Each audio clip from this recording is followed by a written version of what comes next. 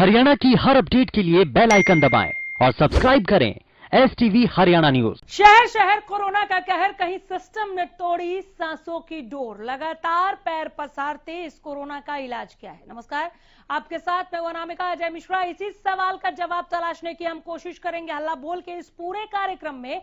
लेकिन उससे पहले जरा इस रिपोर्ट के जरिए देखिए कि आज की मन की बात कार्यक्रम के जरिए प्रधानमंत्री नरेंद्र मोदी ने देशवासियों से क्या अपील की है।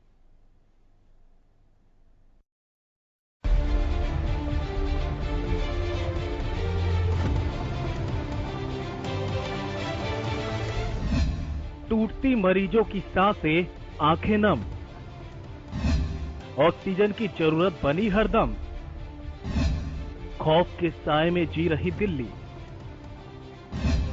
इलाज की आस में आंखें गीली। देश में कोरोना का संकट अपना विकराल रूप दिखा रहा है। हर रोज देश भर में रिकॉर्ड तोड़ मामले सामने आ रहे हैं, जिसको लेकर केंद्र और राज्य सरकारें अपने अपने तरीके से कोरोना को लॉक करने की कोशिशें कर रही है। लेकिन हर रोज कोरोना के नए आंकड़े चिंता का विषय बन गए। एक और बेकाबू कोरोना की रफ्तार, तो दूसरी तरफ देश में इस वक्त हालात बद से बदतर हो गए हैं। देश में बीते 24 घंटों में एक दिन में सबसे ज्यादा 3,49,691 नए मामले सामने आए हैं, जबकि 2,767 लोगों ने अपनी जान गंवाई। सबसे ज्यादा मामले महाराष्ट्र से सामने आए हैं। इसके बाद उत्तर प्रदेश, कर्नाटक, केरल और दिल्ली के मामले हैं। इन 5 राज्यों से नए केसों का कुल 53% हिस्सा है। हरियाणा में भी कोरोना की रफ्तार बरकरार है। बीते 24 घंटों में कोरोना के 10,491 नए मामले सामने आए, जबकि 60 लोगों ने अपनी जान गंवाई है। आइए ग्राफिक्स के जरिए आपको बताते हैं प्रदेश के ताजा आंकड़े। एक दिन में कोरोना के 10,491 नए मामले, 24 घंटे में कोरोना से 60 लोगों की मौत। कोरोना से अब तक 3,703 लोगों की मौत। 5,104 मरीज इलाज के बाद हुए ठीक। 69,384 हुए कुल एक्टिव मरीज। रिकवरी रेट घटकर 82.32% हुआ।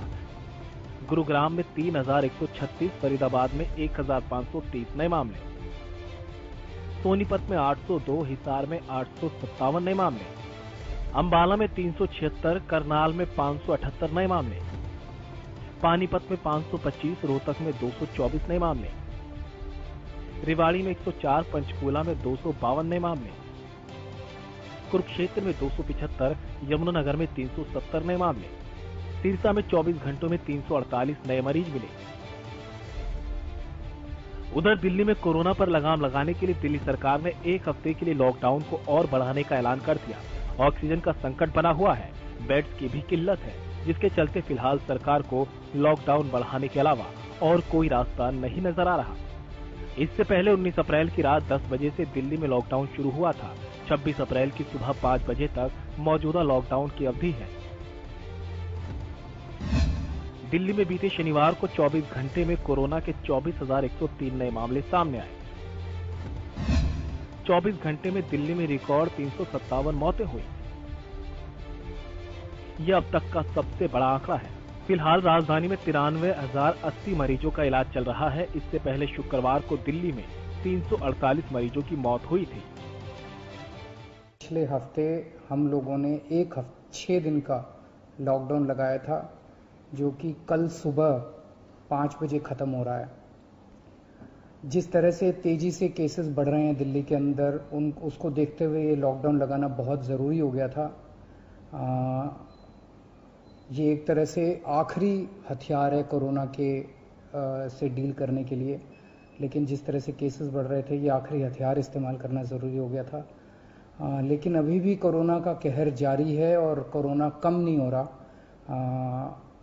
तो इसीलिए उसके मद्देनज़र कई लोगों के भी, जनता के बीच में भी जब हम लोगों ने बात करने की कोशिश की, सबका मत यही है कि लॉकडाउन को भी और बढ़ाना चाहिए। तो लॉकडाउन को दिल्ली के अंदर 1 हफ्ते के लिए और बढ़ाया जा रहा है, अगले सोमवार को सुबह 5 बजे तक के लिए। उधर हरियाणा के पार्क अस्पताल में ऑक्सीजन की बेहद कमी हो गई। खुद अस्पताल प्रबंधन ने ट्वीट कर ऑक्सीजन के लिए सरकार से मदद मांगी है। ऑक्सीजन की किल्लत अब जानलेवा बन रही है। इस ऑक्सीजन पर लोगों की जिंदगी की सांस अटकी हुई है। उसी की किल्लत से कोरोना मरीज जूझ रहे हैं। लोग चीख चिल्ला रहे हैं कि उनके अपनों को ऑक्सीजन सिलेंडर मिल जाए। दिल्ली के कई और अस्पतालों में भी ऑक्सीजन की किल्लत बताई जा रही है। अस्पताल प्रशासन लगातार ऑक्सीजन की सप्लाई सुनिश्चित करने की गुहार लगा रहा है, लेकिन हालात लगातार बिगड़ते जा रहे हैं। अब सवाल ये है कि आखिर हालात काबू कैसे आए? क्या सियासत से उठकर कोरोना पर कंट्रोल किया जाएगा? आखिर कब लोगों को अस्पतालों में ऑक्सीजन मिलना शुरू हो जाएगी? Bureau report, Haryana news.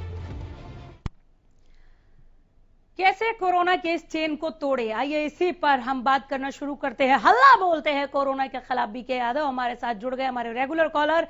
Yadav ji बोलिए हल्ला। नमस्कार बहन जी, बहुत बहुत साधुवाद है जी आपको और आपकी संपूर्ण हरियाणा न्यूज टीम परिवार को हमारी नागा बाबा पूर्णानंद मंगलानंद सेवा समिति नंदगांव की तरफ से बहुत बहुत हार्दिक बधाई जी। कोरोना पे बोलिए सर।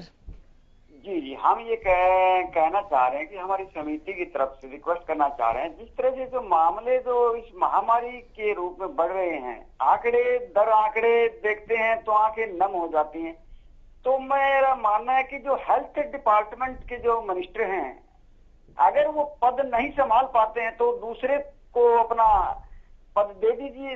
हो सकता है कोई भगवान की कृपा हो, ब्लेसिंग हो, किसी संत के आशीर्वाद से उसके दूसरे पद संभालते ही वो पद बिल्कुल सही जनता के अनुरूप काम करना। केंद्र के लिए कह रहे हैं कि प्रदेश के लिए कह रहे हैं आप? विज साहब के लिए कह रहे हैं क्या? हाँ जी, हर्षवर्धन साहब के लिए कह रहे हैं कि विज साहब के लिए? इसमें देखो, हम ना किसी हर्षवर्धन का नाम लेते, ना विज साहब का नाम लेते। लेकिन आपने हेल्थ मिनिस्टर का तो नाम लिया ना बीके यादव जी? हाँ जी, आपने हेल्थ मिनिस्टर का तो नाम लिया। तो हेल्थ मिनिस्टर का लिया तो हेल्थ मिनिस्टर चाहे हरियाणा का हो, चाहे किसी भी स्टेट का हो, चाहे सेंटर का हो, कोई भी हो, अगर पद संभालने में नाकामी है तो तुरंत नैतिकता के हिसाब से इस्तीफा दीजिए। बगैर पद भी सेवा हो सकती है, कोई ये जरूरी नहीं है। बगैर पद भी संत तो होते हैं, और बगैर पद सेवा करते हैं। कोई एक मंत्री पद जरूरी थोड़ी होता है। बिल्कुल, जितनी हॉस्पिटलों में देखा जाता है, ना दवाई है, ना कुछ भी है, ना डॉक्टरों की सुविधा है। क्या हो रहा है? ये जनता की, गरीब जो जनता है वो मारामारी हो रही है। हमारी संस्कृति जो विश्व में गुरु कहा जाता था, भारत विश्व का गुरु था, और आज कुछ भी नहीं है। वो 70 साल से देखते आ रहे हैं हेल्थ व्यवस्था इतनी लचर व्यवस्था है, कुछ भी नहीं है हॉस्पिटलों में। क्यों नहीं है? क्योंकि सरकारी जो ये हमारे जो नेता हैं, इनका तो सरकारी हॉस्पिटलों में इलाज होता नहीं। इनका तो होता है अच्छे जो हॉस्पिटल हैं या तो विकसित देशों में होता है, और आम गरीब आदमी का तो इलाज सरकारी हॉस्पिटलों में ही होता है, और उनमें कोई सुविधा है नहीं। प्राइवेट हॉस्पिटलों में वो इलाज करवा नहीं पाते। और आयुष्मान जो लागू हुई है वो भी नामात्र लोगों के लिए, वो भी नहीं पहुंच पा रही किसी को। ऑक्सीजन की कमी हो रही है, लोगों को ऑक्सीजन तक नहीं मिल पा रही। बड़े शर्म और दुर्भाग्य की बात है। तो मैं तो ये कहूंगा कि इस जो गंभीर संकट की घड़ी है, आज से 100 साल पहले भी आई थी। उस टाइम पर्याप्त साधन नहीं थे, और आज पर्याप्त साधन होते हुए भी हम नहीं निपट रहे हैं। क्या बात है कि कोई, इसका मतलब तो ये हुआ कि कोई पद संभालने वाला ही नहीं है। कोई राजा, जब धर्मात्मा राजा होता है तो प्रजा भी धर्मात्मा हो जाती है, और प्रजा होती है धर्मात्मा, तो उसके राज में कोई भी कष्ट नहीं होता। और ये तो कोई प्राकृतिक आपदा है, 100 साल पहले आई थी, 100 साल बाद अब दोबारा फिर आ रही है। तो इसका मतलब पहले भी हम निपटने में सक्षम नहीं थे, और आज भी हम निपटने में सक्षम नहीं है। तो ये पक्ष और विपक्ष क्या कर रहा है? विपक्ष को भी भूमिका निभानी चाहिए, पक्ष को भी निभानी चाहिए, और जितने भी 125 करोड़ जनता है उनको भी जागरूक हो जाना चाहिए, उनको भी हेल्प करनी चाहिए हर आदमी। बिल्कुल बिल्कुल दुरुस्त फरमा रहे बीके यादव जी, बहुत धन्यवाद। ऐसे ही आगे भी फोन करते रहिए। बीके यादव की तरह आप भी फोन करें। नंबर आपके टीवी स्क्रीन पर, फोन लाइंस खुली हुई है। सिस्टम ने तोड़ी सांसों की डोर। क्या प्राणवायु को लेकर किल्लत है? आपके क्षेत्र में किस तरह के हालात है बताइए। वेंटिलेटर को लेकर व्यवस्था है क्या? ऑक्सीजन को लेकर व्यवस्था है क्या? रेमडेसिविर जैसे तमाम दूसरी दवाइयां जो कोरोना से लड़ने में सहायक हैं, मददगार हैं, वो आपके इलाके में मौजूद है या उसकी किल्लत आप देख रहे हैं? ऑक्सीजन की कमी कब होगी पूरी पूछ सकते हैं आप इस मंच के जरिए। मौत से हाहाकार कौन जिम्मेदार, क्या लगता है आपको? बंसीलाल जुड़ गए हैं हमारे साथ। बंसीलाल जी बोलिए। हल्ला। नमस्कार जी।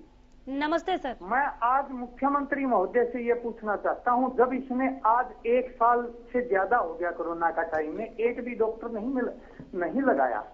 पूरे हरियाणा में एक डॉक्टर नहीं लगाया। आप भी जानते हैं, मैं भी जानता हूँ।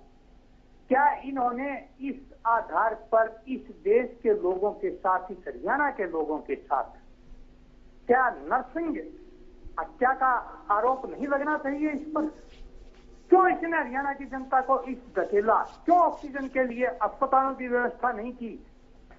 कौन जिम्मेवार होगा? अब सेंट्रल गवर्नमेंट का दोष देते हैं, मुख्यमंत्री का दोष देते हैं, और किसी राष्ट्र का निर्माण उस देश की संस्कृति से होता है। ये नहीं कि सभी कानून है, राज है, न्यायालय है, ये नहीं है। सबसे जरूरी होता है मनुष्य का जीवन। और जो मुख्यमंत्री, जो सरकार मनुष्य के जीवन की रक्षा ना कर सके, उस सरकार को रहने का, उस ऐसे लोगों को रहने का कोई अधिकार नहीं है। आज जिस प्रकार से, और आपको मैं एक बात बता देता हूँ, अगले 10 दिन में हमारे हरियाणा में एक भी अस्पताल में किसी भी मरीज की एंट्री तक नहीं होगी। इतनी बुरी पोजीशन आने वाली है। तो इसके लिए दोषी कौन है? इन हत्याओं के लिए दोषी कौन होगा? मुख्यमंत्री होगा, मंत्री होंगे, अधिकारी होंगे। जनता का क्या कसूर है? जनता ने तो हवाई जहाज देखा भी नहीं, परंतु आज वो मर रही है। इन्हें दिखाई नहीं दे रहा था। ऑक्सीजन प्लांट लगाए, डॉक्टर लगाए, हेल्थ वर्कर लगाए, सिक्योरिटी के लिए लोग लगाए, परंतु उन्होंने ऐसा नहीं किया। इसके लिए दोषी है मुख्यमंत्री है, प्रधानमंत्री है, मंत्री हैं, बड़े बड़े अधिकारी हैं। और जनता को अब अपनी आंखों में आ गई है और इनके विरुद्ध जनता कुछ भी कर सकती है। देश की दशा और हरियाणा की दशा सब खराब होने वाली है। मैं आपके माध्यम से यही कहूंगा, मुख्यमंत्री ने हरियाणा के लोगों को मारने का प्रयास किया है, दोषी है, और इसको सजा होनी चाहिए। वो सजा होनी चाहिए जो हजारों लोगों को मार देता है, वो सजा इसको मिलनी चाहिए आज। धन्यवाद। बहुत शुक्रिया। इंदिरा गुप्ता जुड़ गई हमारे साथ। इंदिरा गुप्ता बोलिए। हाँ जी मैम, मैं ये कहना चाहती हूँ कि आप इतना टीवी पे क्यों दिखा रहे हो लोगों को कोरोना के बारे में? लोग तो वैसे ही मर रहे हैं देख देख के, और जिनके पेशेंट एडमिट है वो क्या कर सकते हैं बताओ? वो तो इतने डरे हुए हैं कि बहुत ज्यादा, वो ट्रीटमेंट तो क्या, वो तो वैसे ही मर रहे हैं देख देख के अपने पेशेंट को। इंदिरा जी बड़ी माफी चाह रहे हैं कि अगर इन खबरों से आप लोगों को डर लग रहा है, लेकिन ये यथास्थिति जानना आप लोगों के लिए बहुत ज्यादा जरूरी है। ये बहुत ज्यादा जरूरी है कि जो चीजें बाहर है वो आप तक वो जानकारी पहुंचे कि हकीकत क्या है और क्या आप लोगों को बताया जा रहा है, दिखाया जा रहा है। अगर हम आपको अपडेट नहीं करेंगे, आप कोरोना से कैसे सचेत होंगे? इंदिरा जी, मुझे बहुत अच्छा लग रहा है आपने हमें फोन किया, आप हमें वॉच कर रही हैं लगातार, लेकिन हम लगातार, अगर आप देख रहे हैं हरियाणा न्यूज, हम उन लोगों को भी दिखा रहे हैं जो आपके और हमारे बीच में ही है मैम, लेकिन वो मास्क अभी भी नहीं पहन रहे हैं। अगर हम ये खबरें नहीं दिखाएंगे तो वो सावधान ही नहीं होंगे। काम कर रहे हैं अपना, बहुत ईमानदारी के साथ कर रहे हैं, और यकीन मानिए मैम, किसी को डराने के लिए नहीं बल्कि केवल सावधान करने के लिए खबरें आप तक पहुंचाई जा रही हैं, ताकि आप लोग और भी ज्यादा सजग हो जाएं और ज्यादा जागरूकता के साथ कोरोना से फाइट करें। हम खड़े हैं आपके साथ कदम दर कदम। जहां कहीं पर भी आपको मुसीबतें फेस करनी पड़ रही है, वहां सरकार से लोहा लेने के लिए भी हरियाणा न्यूज लगातार तैनात है। हम पूछ रहे हैं कि क्यों नहीं सुविधाएं मुहैया कराई जा रही, आपके लिए काम कर रहे हैं। बहुत शुक्रिया मैम, लेकिन हमारी बिल्कुल भी कोशिश नहीं है कि हम आप में से किसी को भी डराएं। ये डर हमें समझ में आ रहा है। मैं आपकी बात, आपकी भावनाओं को बिल्कुल समझ रही हूं। अगर आपकी जगह टीवी स्क्रीन के उस पार मैं बैठी हूं और इस तरह की खबरें मैं देख रही हूं तो मैं भी डर जाऊंगी, लेकिन ये सिचुएशन पैनिक होने का नहीं है। डरना ही तो नहीं है, यही तो चाहता है कोरोना कि हम डर जाएं। और यकीन मानिए, अगर डर रहे हैं तो इम्यून पावर कम हो जा रही है, इसका साइंटिफिक रीजन भी है। डरना बिल्कुल नहीं है। बहुत शुक्रिया फोन किया, आगे भी जरूर फोन कीजिएगा। इनकी तरह आप भी फोन करें। नंबर्स आपके टीवी स्क्रीन पर, फोन लाइंस खुली हुई हैं, ज्यादा से ज्यादा संख्या में आप जुड़े। कोरोना इस बार इतना घातक क्यों है, क्या लगता है आपको? हमने इतनी लापरवाही क्यों बरती कि हमने इसको मजबूत होने का मौका दिया? ऑक्सीजन की कमी की खबरें जिस तरह से निकलकर सामने आई, ये बहुत अच्छी बात है कि अब सरकारें प्रयासरत है और दिखने लगा है कि ऑक्सीजन के प्लांट बैठने शुरू हो गए हैं। सिंगापुर तक से सिलेंडर्स मंगाए गए और वायुसेना की मदद ली गई। ये हम बेहतरी की ओर जा रहे हैं। अब ऑक्सीजन की आपूर्ति धीरे धीरे ठीक हो जाएगी, लेकिन अगले कदमों के बारे में भी सोचा जाना चाहिए। ऑक्सीजन बेड्स को लेकर, वेंटिलेटर को लेकर, रेमडेसिविर को लेकर, तमाम दूसरी दवाइयां जो कोरोना को मारने में, कोरोना से लड़ने में सहायक है, उनको लेकर भी मुस्तैदी बरतनी होगी। ये नहीं कि हर एक मेडिसिन को लेकर, हर एक जरूरत को लेकर जब चिल्लम चिल्ली होगी, मौतें होंगी, तभी हम तैयार होंगे। देव हमारे साथ जुड़ गए हैं। देव बोलिए। अल्लाह। हाँ जी, आप ठीक कह रहे हैं, आपकी बात एकदम सही है कि एक चीज ठीक होगी, मान लो ऑक्सीजन ठीक हो गई तो अगला रोना दवाई का पड़ जाएगा, फिर अगला रोना बेड का पड़ जाएगा, फिर अगला रोना मास्क का पड़ जाएगा। बिल्कुल। तो इसके लिए ये जरूरी है कि एक हफ्ते भर का लॉकडाउन लगा के जो है बेड्स की कमी ठीक लो, बीमारी फैलती कम कर लो, और मास्क वास्क पे जुर्माना तगड़ा लगा दो, और दवाइयों की कालाबाजारी पे यूपी की तरह एनएसए लगा दो, ताकि कोई हरियाणा में हिम्मत ना कर पाए ऑक्सीजन का स्टॉक बना ले या दवाइयों का स्टॉक बना के ब्लैक करे। इससे आधी समस्या हल हो जाएगी। बहुत बड़ी बात कही आपने सर, बहुत बड़ी बात। इसीलिए हम फोन लाइन्स खोलते भी है। बहुत बहुत उम्दा सुझाव आते हैं हमारे दर्शकों की तरफ से, बहुत संजीदा है हमारे दर्शक। आप भी जुड़िए, बहुत शुक्रिया सर, आगे जरूर फोन कीजिएगा। संक्रमण की रफ्तार तेज क्यों है, कैसे इसे रोका जाए? ब्रेक फेल हो गया है, लेकिन हमें लगाम तो कसना होगा। कैसे इस ब्रेक फेल कोरोना पर ब्रेक लगाए, अपने सुझाव भी हम तक आप पहुंचाए। क्या कोशिशें आप कर रहे हैं, अपने आस पड़ोस में आप लोगों को कैसे समझा रहे हैं? हमारे साथ इंदिरा जुड़ी थी जो कह रही है कि ऐसी खबरों को देखकर डर लगता है। मैंने उन्हें बहुत समझाने की कोशिश की। वो मैसेज, वो अपील आप लोगों से भी, डरना बिल्कुल भी नहीं है। खबरें आपको डराने के लिए कोई भी नहीं दिखा रहा। पूरी मीडिया की कोशिश इस वक्त यही है कि सच्चाई आपके घरों तक, आपके ज़हन तक पहुंचे। आपको पता हो कि बाहर कितना खतरा है। आप अपनी दरवाजे और खिड़कियों को अगर खोल रहे हैं तो बाहर से कोरोना के दस्तक की कितनी पुरजोर गुंजाइश है। आपको पता होना चाहिए कि आपको अगर कोई और बीमारी भी हो रही है तो अस्पताल में इस वक्त बेड मिलेगा या नहीं मिलेगा। जब तक आपको ये पता नहीं होगा, यकीन मानिए आप इलाज पर ही फोकस करेंगे, बचाव की तरफ नहीं सोचेंगे। बचाव पर सोचिए, इलाज से कहीं ज्यादा अच्छा बचाव है। हमारे पूर्वजों ने हमें ये मंत्र दिया है, इस मंत्र को भी फॉलो करें और उस मंत्र को भी फॉलो करें जो प्रधानमंत्री दे रहे हैं, दवाई भी, कड़ाई भी। वैक्सीन के लिए समय निकालिए, खुद को पूरी तरह से ढककर बाहर निकले, मास्क पहनकर निकले और वैक्सीन लगवा कर आइए। हल्ला बोलिए फिलहाल तो आप कोरोना के खिलाफ। ज्वाला प्रसाद जुड़ गए हैं। ज्वाला प्रसाद जी बोलिए। देखिए, हमारे बाबा मंगलान जी कहा करते थे कि संतों की इच्छा शक्ति, राजा की कार्य शक्ति अगर एक हो जाए हाँ। तो देश और प्रदेश की तस्वीर बदलने में टाइम नहीं लगता। लेकिन हम आज देखते हैं, न तो संतों की इच्छा शक्ति है और न राजा की कार्य शक्ति का कोई तालमेल नहीं हो रहा। हमने तो सोचा था कि संतों की पार्टी है, राम है, लेकिन संतों का भी अपमान हो रहा है। संतों का भी कोई वो नहीं है, गौ माता का कोई कदर नहीं है, रोड पे घूम रही है। तो हमने सोचा था ना, जो उसके अनुरूप नहीं हो रहा। जनता देख रही है, 5 साल बाद फीडबैक जनता अपने आप दे देगी। जो मौतों का जो आंकड़ा अभी कोरोना टाइम में, महामारी में कितना बढ़ रहा है, हमारी आंखें नम हो जाती हैं। किसी के घर से बेटा जाता है, किसी के घर से बाप जाता है, किसी के घर से ताऊ जाता है। कितने शर्म और दुर्भाग्य की बात है, फिर भी हम निपटने में सक्षम नहीं है। बड़े कमाल की बात है, दुर्भाग्य की बात है। और भारत देश तो विश्व का गुरु था, और आज हमारे भारत देश के हॉस्पिटलों की संख्या देखिए, जीरो नंबर भी नहीं आएगा। अगर सच में देखा जाए तो 70 का फीडबैक देखा जाए तो हेल्थ डिपार्टमेंट का बजट गया कहाँ, ये भी नहीं पता हमें तो। दिल्ली और चंडीगढ़ का भी नहीं पता। दिल्ली और चंडीगढ़ वाले खा गए, विदेशों में स्विस बैंकों में गया। अरे नेताओं में तो ये कहूंगा, सुभाष चंद्र बोस जैसे नेता थे जिनका नाम लेते आज हमारी आंखें नम हो जाती है, आंखों में आंसू आ जाते हैं। उनके आदर्शों पे चलिए, इसकी सबसे सेवा कीजिए।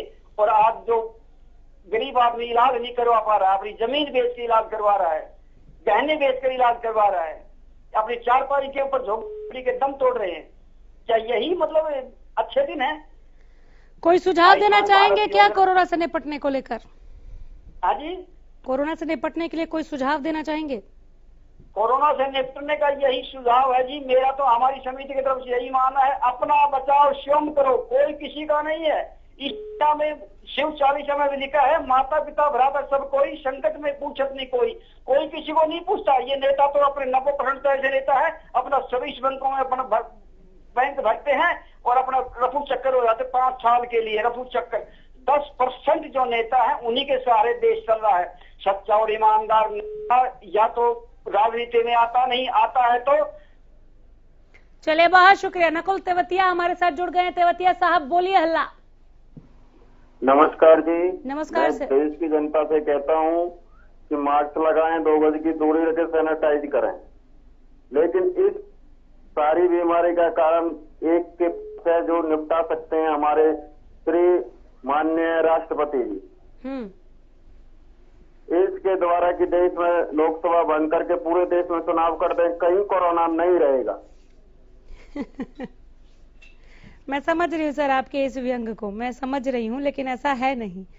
अगर फिर ऐसी तस्वीर बन गई तो कोरोना का विस्फोट और ज्यादा बढ़ जाएगा। मैं समझ रही हूँ कि जहाँ चुनाव हो रहे हैं वहां कोरोना है नहीं क्या। आपका ये तंज, ये व्यंग और इसके पीछे छिपे दर्द के भाव को भी समझा जा सकता है। बहुत शुक्रिया, आगे भी जरूर जुड़िए।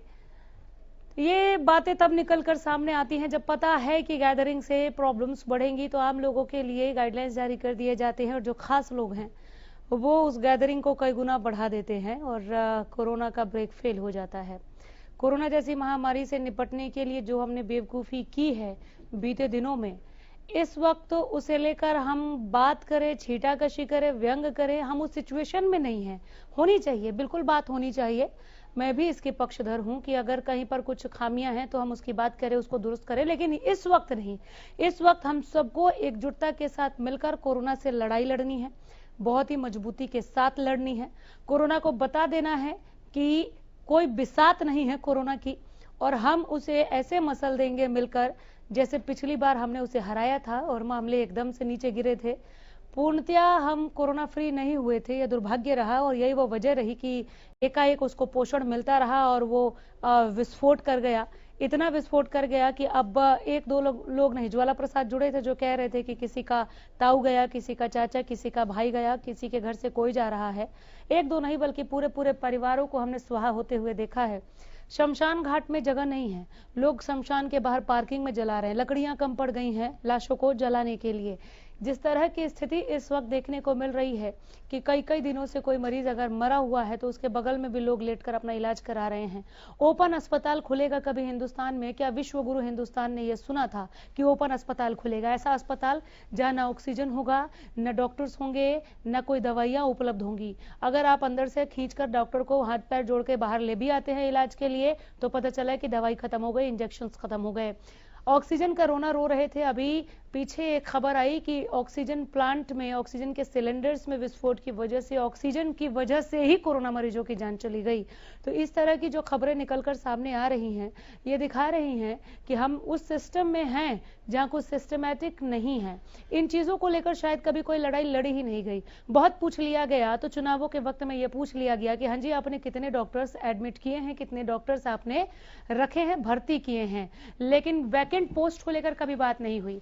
अस्पतालों की संख्या को लेकर बात तो हुई, लेकिन पुरजोर तरीके से बात नहीं हुई। अस्पतालों में कैसी उन्नत मशीनें होनी चाहिए, ऑक्सीजन की जरूरत क्या कभी पड़ सकती है, नहीं पड़ सकती, इसको लेकर बात नहीं हुई। बड़े बड़े पैकेज बजट में जरूर दिए गए, लेकिन उसको कागज से बाहर निकालकर धरातल पर किस तरह से खड़ा किया गया, इमारत बनी कि नहीं बनी, मशीनें पहुंची कि नहीं पहुंची, स्टाफ रखे गए कि नहीं रखे गए, इस पर बात नहीं हुई। ये जो बातें नहीं हुई, तभी ये आज बात हो रही है कि महामारी ने परेशान कर दिया है। ये बातें होनी चाहिए।